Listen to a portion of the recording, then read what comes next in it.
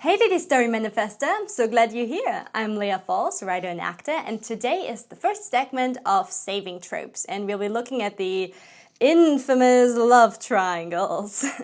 Can they be good? What's up with them? Let's discuss.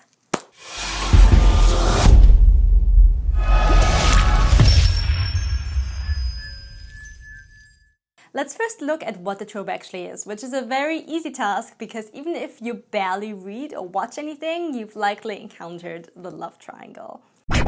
It's a staple of YA fiction, but it's found in a lot of adult stories as well. Usually the protagonist can't really decide between two or more love interest options. Oftentimes we see the best friend love interest and then the mysterious new love interest, which is could be like a brutish bad boy or the manic pixie dream girl. That's all sort of a negative oversimplification, but those are some trends that we see in the whole love triangle trope. For the femme-centric audience, the protagonist could also be one of the love interests, in which case it's oftentimes two women competing about a man and the other woman is portrayed in a very negative light. We're supposed to project our hate and our frustration onto that woman. That's another trend that's often seen. No matter the gender, this trope is about wish fulfillment.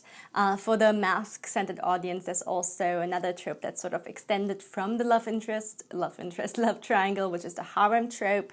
They're very closely related. Often used in anime, manga, and video games, the protagonist is courted by a lot of different love interests, and they might end up with one specific love interest in the end, but it's not a requirement for that trope. While it started out with male protagonists, there's also a lot of reverse harem tropes nowadays, which is the very cis-normative way of saying that the gender doesn't matter of the protagonist anymore. There's variants of it. Love triangles also show up in some queer stories, but I don't see it as often there. Where did it come from? Now this is the point where I want to give you like a long, detailed history of the trope and some really interesting bits of information. But the thing is, this trope has been in our collective cultural narrative for so long that there's not really a clear starting point. The earliest renditions that I could find were in Greek mythology, but that's a very Western-centric way of looking at it, so I'm sure it has been around for even longer than that. So my point is, for as much as people complain about this trope, it has been read, enjoyed, and desired for as long as storytelling exists. Now, that doesn't necessarily mean that it's a good trope. There's some tropes that I would really like to watch die slowly despite their tradition, romantic coercion, but it's still noteworthy, and I think that kind of grants us looking a bit of a closer look at the love triangle instead of just dismissing it as bad because it has been so ingrained in our storytelling. What's the appeal? So what makes it popular? Here are a few factors that I've noticed. As I mentioned before, it is a fantasy or wish fulfillment, and there's nothing wrong with that. Great stories allow us to experience things through the character's lens that we can't quite experience in our own life. And that is one of the wonderful things about storytelling. And this might be why the trope is especially popular in the YA market. Personally, as a teenager, I really love travel and romance stories because those were two things that I couldn't experience yet, but I'd love to peek into through the character's lens. And in a similar vein, the love triangles work as wish fulfillment. It's the wish fulfillment to be so desirable that you're wanted by more than one person. You're wanted by several people that are willing to compete over you for your love. If you're in the camp that hates the trope, let's remember that the need to feel desirable goes back to our survival instinct. It's the need to fit in, it's the need to be part of a community. And when that need seems to be threatened in our daily life, it is natural to seek out stories that affirm it. Now, that's not going to be the whole argument for love triangles, and this is more of a discussion back and forth on it, but I want you to keep that in mind as we're going into this discussion. If it's just about desirability and likability and fitting in, why don't we see the same concept in friendships in fiction? Why aren't there a bunch of characters competing for the close friendship of a person? Love triangles do thrive on the conflict they create, but they also affirm the idea that our worth is directly tied to our romantic desirability and our abilities to be in romantic relationships. While friendship in fiction is incredibly important and can also be healing, we don't need to relate to a character who has several people wooing for their friendship, because there's not as much of a forced need on fulfilling this and on checking this ticking that checkbox on finding the perfect match for friendship. There's just not the same pressure, societally speaking. With romantic relationships, however, we're expected to have one. We're expected to get married. And once we are married, those marriages also get scrutinized and are put into all these rules that need to be followed to see whether or not that marriage is successful. There's this whole construct we have around romantic relationships. Society ties the quality of our romantic relationships to our self-worth, our intelligence, our likability, and generally to how good of a person we are. So, of course, love triangles are attractive. The idea that two people or more people are fighting over us and are going to, at great length, to win us over means we're so desirable that we're not just succeeding at those markers, we are absolutely exceeding them. Exceeding them, is that the right word? We're just rocking it. Let's move out of the YA zone for a moment, because the same principle applies to sexual relationships and the sexual aspect of love triangles in adult stories. There is so much strange external pressures on our sex lives from culture that it is very nice to read about characters that are completely succeeding at it, despite the insecurities that we all share. For all genders, sexual desirability factors into so many aspects of our lives. Outside of the bedroom, the only one where it really belongs to. Pretty privilege, for example, opens many doors for some women and closes them for others. I've noticed that oftentimes I'm met with more respect at coffee shop or places than my friends who weigh more than me, because skinniness has been tied to sexual attractiveness, and that grants me more respect, which is absolutely screwed up. But that's sort of how it influences how we are treated in our world. Our sexual value is hence tied to our worth as a person. Side note, while these cultural aspects are harmful to all of us, they're especially terrible for our aromantic and asexual pals over here. So here's a hug. I'm sorry, let's change the world.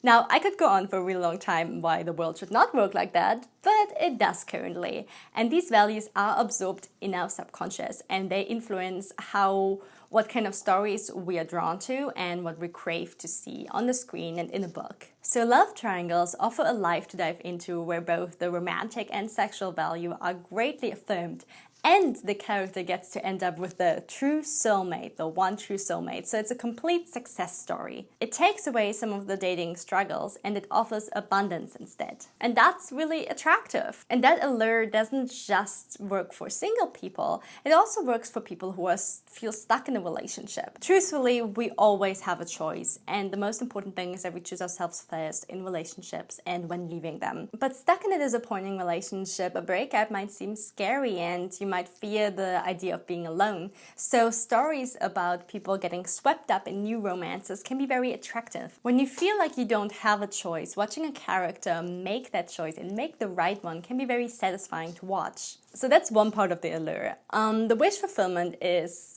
flipped around when the protagonist is one of the two love interests. In that case, the trope can help the reader through their unrequited crushes and offer a fictional victory when the real one isn't in the stars. This is increased by the other love interest seeming terrible and being presented in a very negative light, because jealousy contorts our image in that situation. We are more prone to see the other love interest or the actual partner in a very negative lens. And fiction gives the reader a place to explore those feelings without causing any real-life harm. Now, is this jealousy healthy? No. Is the idea that you might still end up with a person who doesn't want you good to indulge? Not really. But these are still very natural emotions to go through, especially as a teenager, and reading a character go through them and succeed through them on the page can make a reader feel less alone. If you do experience romantic attraction, you've probably been in a situation similar to that.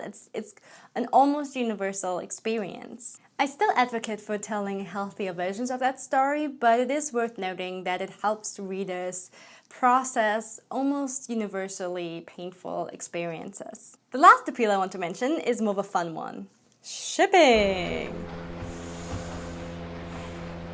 For anyone who doesn't know, Urban Dictionary defines shipping as the act of one wanting/supporting two individuals involved in a romantic relationship.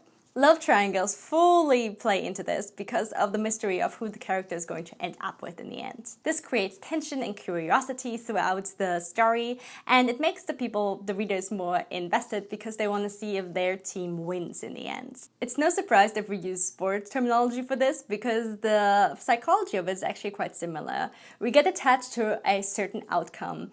We cheer for every hint that it's going to go that way. We boo every time it doesn't, and we've got an opposing side that we can rival with, as well as a team on our side that we can connect to who also want the same outcome. Shipping wars have gotten pretty intense and toxic in the past, but so have sporting events. And what's the appeal in that? We love having something to root for. We love to have the thrill of victory, the thrill of not quite knowing, the uncertainty. We love having people on our team, the camaraderie of it. The act of shipping has created communities and friendships. I met a friend through that, one of my oldest friends. Now, is the idea of pitting two fictional characters against each other healthy?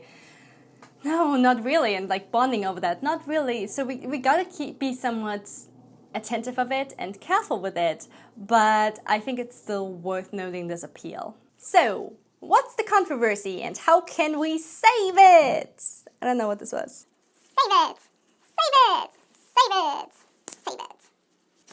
Alright, we looked at the appeal, now let's look at 4 big reasons why it is often disliked or even hated, what could make it problematic, and how we can turn those into healthier versions of the same story. The first glaring problem is oftentimes the lack of character depth and the tendency to make the love interests one-dimensional polar opposites of each other. If we want to root for people as if they were sports teams, it is easier to simplify them to very stereotypical traits, and that's how we get the brood, the manic pixie dream girl, the bad boy, the best friend, the player. We can identify all of them by just a few traits, and then we can pick the trait that is most appealing to us. And there's going to be automatically people that also find that trait appealing, and automatically people that find the opposing trait appealing, and hence the teams are created. This unfortunately leaves us with little character depth, and that lowers the story's quality. I find oftentimes that people say that the story would have been much better without the love interest. Without the love triangle. But I think what is often meant is that the characters just didn't live up to it. It's the love triangle lowered the character development and the character development. Did I just say the same word twice? The love triangles lowered the story's quality because the characters aren't properly developed, not because love triangles in itself will always lower the story's quality. In every fantasy fulfillment story, we need to make sure that our characters remain actual people and not fantasies themselves, like fantasy ideas. So how can we fix that one? Treat the love interest the same way you treat your protagonist. There are so many great ways of getting to know your characters and creating characters, but make sure that you do it for all major players, not just the protagonist or the relatable one. Characterize them in little unique ways. Find out what they love and what they hate, what annoys them and what makes them smile, and then show us that in those little ways. Remember that while they're pursuing the protagonist, they still have boundaries and needs of their own. Don't assume that they'll just go along with whatever the protagonist wants just because they're in love with them, because giving up your personality in order to be with someone is not healthy, and we shouldn't use that in a romanticized context. It's very interesting to explore in stories, but it's not a romantic thing to do. They have agency, they have goals, and those cannot be solely connected to their romantic lives. And also show us why they want to be with the protagonist, so that it's not just about the chase, but about the actual relationship they're pursuing. If you consider those elements, you'll create a story with unique relationships and 3 or more people that we can individually root for, not just in the romantic context. Hey, we can even hope for one specific romantic outcome and still wish a positive ending for the other character. How about that? Happiness for all. Confetti. The next major problem is the protagonist characterization. No matter how likable that protagonist is, if they keep 2 or more characters on the hook, dangle them, tell them that they want to be with them, and then change their minds. They're emotionally manipulative and they become very hard to root for. So many characters become unlikable when they find themselves in a love triangle because they handle it so immaturely and poorly. And I'm not saying that you can never show immaturity in that context, but once again, don't romanticize it. If you still want to root for your protagonist, we need to see that they actually care about people and not just playing with them. Sure, they can still have the best of intentions, but oftentimes there's a lack of respect at play that makes the conflict possible in the first place. And if the decision is drawn out for a while, the protagonist can come across as indecisive, and indecisiveness often reads as passive characters. And those passive characters can be less relatable and less engaging because if they can't make a specific decision, if they can't make any decision, how can we trust them to carry us and lead us to a good ending? It just loses readers. So what are some solutions to the protagonist problem? Investigate the reason for why the protagonist hasn't chosen a love interest yet, and clearly show it to the reader. Is the protagonist lying to themselves? Are there societal or cultural pressures or family pressures that push them towards one love interest more than the other one? Is that influencing it? Are they really actually interested in either one of them? What happened to the character in the past that led them up to this constellation in the situation? Explore the relationships they grew up around, their parents or other ones that raised them. What kind of relationship dynamic did they watch? Does it influence now who they think they should pick? Explore the unique relationship the protagonist has with each love interest, because similar to how the love interests can't just be stereotypes or reduced to one trait, the protagonist shouldn't just like them because of one trait, because then they're objectifying them. And let's not root for objectification as love. Make sure the decision isn't just dragged out for the conflict's sake and for the conflict in the story to keep the tension up. And also make sure that it can't just be solved by a simple conversation. And if it could, why is the protagonist avoiding it? There has to be a really good reason. Like, even if they're completely misled about the reason, they need to believe that there's high stakes involved with it to avoid this conversation. It can't just be, I don't know, it's uncomfortable. Because then we'll just get frustrated. And believe me, I will get frustrated about that.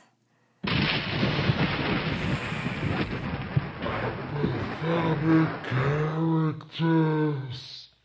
The next problem I want to address is predictability. Oftentimes we know from the beginning already which character the protagonist is going to end up with, and that sort of spoils the fun in a lot of ways. So we've already discussed one possible solution, which is that to make sure that both love interests or all love interests are real people and not just a romantic idea that's meant to lead the protagonist astray for a little bit. Because if we see that they're not really a person and they're just, luring them away, we know they're not going to be endgame. Each relationship needs to seem viable and make equal sense. If there's no one rooting for that team, then there's a problem. Even if it is a romance, I don't think the love triangle decision does well as the sole conflict of the story. There are so many other factors that can influence a relationship or several relationships. I mean, life can mix things up. Wahaha, laughing in 2020. Also, do consider alternative options to the protagonist choosing one love triangle. Is polyamory an option? If the protagonist has genuine romantic feelings for both love interests, consider that the whole win one, lose one situation or solution might not be the only one. If it might be really interesting to explore the internal dilemma and explore it externally, there's conversations to be had there. I talked about that in my in my Toxic Tropes romanticized jealousy video a lot as well. So if you want to check that out, just consider polyamory as an alternative to just picking one of the love interests. And another great option is that the protagonist doesn't end up with either one of the love interests. Now, this works really well if there were societal pressures into a relationship, or if the protagonist was really pushed towards choosing someone. Maybe they can just choose themselves in the end. There are plenty of ways to subvert this trope, so as long as your characters and relationships and stakes are all realistic and real, your reader won't know if you're going to be subverting it or if you're going to stick with the more traditional love triangle way. And that gets rid of the predictability of your story. So those are a few options. The last problem I want to address is that the love triangles often distract from the actual story. Now, this doesn't apply for romance novels, but we find a lot of love triangles in, as I said, in the YA market, and specifically in fantasy, sci-fi, and dystopian books. Now, the thing is, these books all have really high stakes in life or death situations, and it can be very frustrating when the love triangle suddenly takes the main stage. After all, how can a character worry about their love life when their life is at stake? They can. They absolutely can. So I'm not saying they can't. The thing is, people fell in love and got together and broke up during the world wars. They got married, they had babies. Some people had divorces that were privileged enough to be able to get them. Different subject. So yes, love will always be part of life. Normal life will continue even if normalcy ends. And even a rebel leader, for example, would experience romantic attraction and lust and love. The problem becomes when the love triangles aren't adjusted to the actual stakes of the world that we're finding ourselves in. The protagonist absolutely has to consider the ramifications of the choice they're making. For example, if you have a rebel leader and they're choosing their best friend love interest, it'll have a completely different effect on the people that they're leading than if they choose the mysterious outsider, because the mysterious outsider is, it's an outsider coming to a closed, vulnerable community, and all of that has effects on the romantic relationships and on the protagonist's own objectives. To make this work, always keep your protagonist's priorities very close to your heart. So yes, they might be in love with two people, but at the same time, they're fighting for freedom. And if their goal was from the very beginning of the book to fight for freedom, then that needs to stay their top priority. If they sacrifice that freedom suddenly for love, and that wasn't the stakes and that wasn't the objective from the beginning, it's going to become very unsatisfying for the reader. So yes, please weave the love triangle into your plot and into your conflict, but don't let it become the height of the conflict, the highest stake in that world if it wasn't from the beginning. After all, you can fall in love on the battlefield, but you cannot lose sight of the enemies that are attacking you. That was a bit of a dramatic line to end on, but that's it for today. Let me know what you think. Let me know what your feelings are about the infamous love triangle. Do you love it? Do you hate it? Have you changed your mind a little bit after hearing my thoughts on it? Let's discuss it in the comments. And if you would like to give my little channel a boost for the YouTube algorithm, I'd be super grateful if you liked, subscribed and ring that bell. That would be very, very helpful for me, and I'd be very grateful. I make videos like this one every week, also segments called Encounter Culture, in which I kind of talk about storytellers' life, as well as writing tips and writing live streams, and we have fun here. So yeah, thank you for watching. I hope you have a great holiday season, a great writing time, or break time. Break times are okay here. Break times are embraced. And generally a great few couple remaining weeks in 2020. That sentence was as difficult to say as 2020 was to live. Anyway, thank you all for being here. See you next time. Bye.